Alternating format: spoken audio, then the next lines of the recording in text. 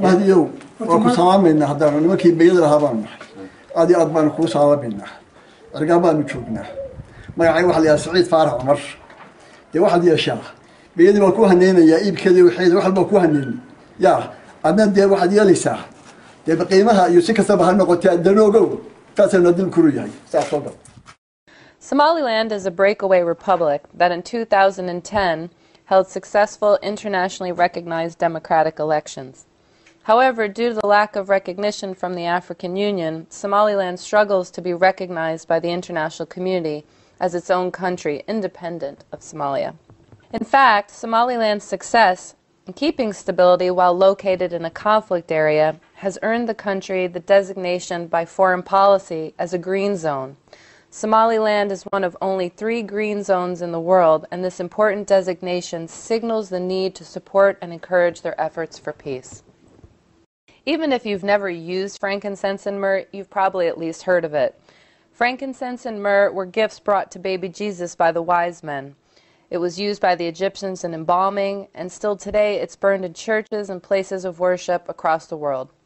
It's chewed as a gum, it's a highly prized incense, and has remarkable medicinal properties. Current medical research is producing treatments and patents for both arthritis and cancer. Frankincense and myrrh are resins that come from trees. These trees only grow in parts of the Horn of Africa and the Middle East, mainly along the Red Sea. Somaliland has 2 main species of frankincense, both endemic to Somaliland. Boswellia carteri, locally called mohor, and Boswellia ferriana, locally called mehedi. These species are not found anywhere else in the world. And the name of this valley, this mountain area? It's the Golis Range. The Golis Range? The Golis Mountain is good. These are the Golis Mountains. We're still at it, and you can see we're trying to keep following this pretty much camel path here in the dark, and we're all getting kind of excited to get to our destination and get out of the car. And here the men are having a good time in the back seat, and Jamal's doing a great job of keeping us all safe. We're at about 1,500 meters above sea level, and it is quite the adventure here.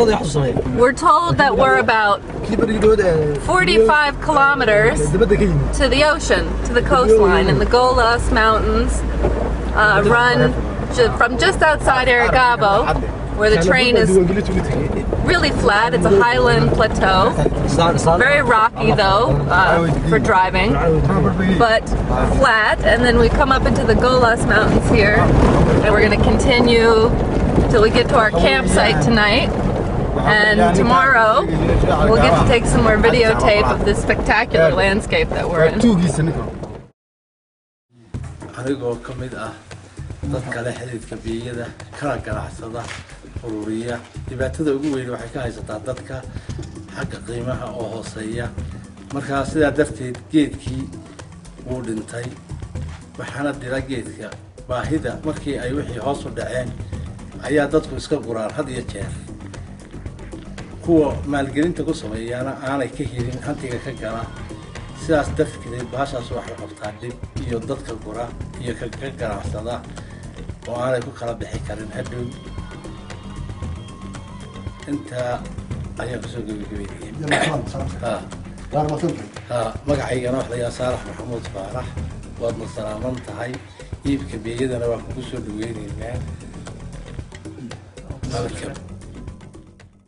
We've arrived at the site where the frankincense trees are growing, and you can see them growing right out of the side of the cliff. You can imagine how difficult it must be to harvest, but apparently they like to grow on rocky outcrops. Now these trees have not been tapped yet. These trees have not been harvested yet. But you see how they grow. Here down here it's hard to see, but we have quite a very mature one here.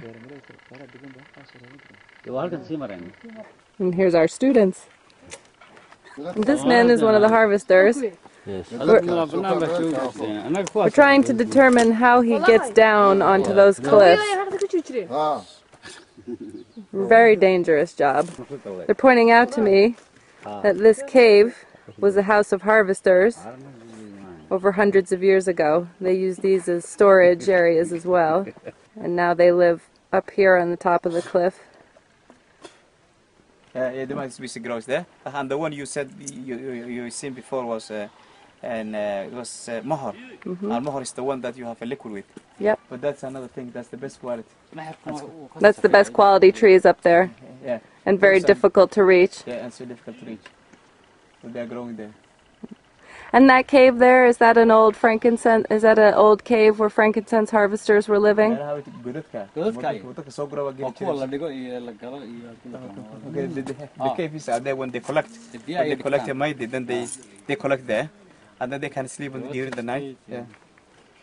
But mainly they collect the products.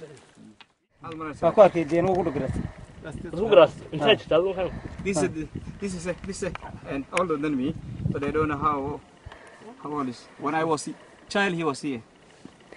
When he was a child, this tree was here. And how old is he? I'm 40 years old. And we saw 40-year-old trees today, and they were much smaller. So this tree, maybe 100 or so. So here's an active cut in the frankincense tree, and you can see there's where the cut's made, and then the resin is dripping all the way down the tree. There's another active harvesting spot. He's showing us that further up the cliff here, there's many more frankincense trees. We've just walked up this cliff from down there in the bottom of the river valley. You can see the village there where they live. So here the women are sorting the initial product and separating out the leaves and other parts of the resin that are not commercial grade and separating it into this, which is the final product for sale. And that's the frankincense. And these women are sitting here 12 hours a day, making $1 a kilo, on some days only a half a kilo, and average 2 kilos a day, making up to $2 a day. First thing, we have some problems just managing the trees. We have problems because people are stealing, over-harvesting after we harvest what we need. And what's gonna happen is two things is gonna happen. The tree is gonna be over-harvested, and also we're gonna lose the trees as well. And you know, in the process we lost many trees. And the trees that we are harvesting is over 100 years old. So you see, you know, it takes time to get the new trees. So, in conclusion, we need a reliable market that really, a real buyer.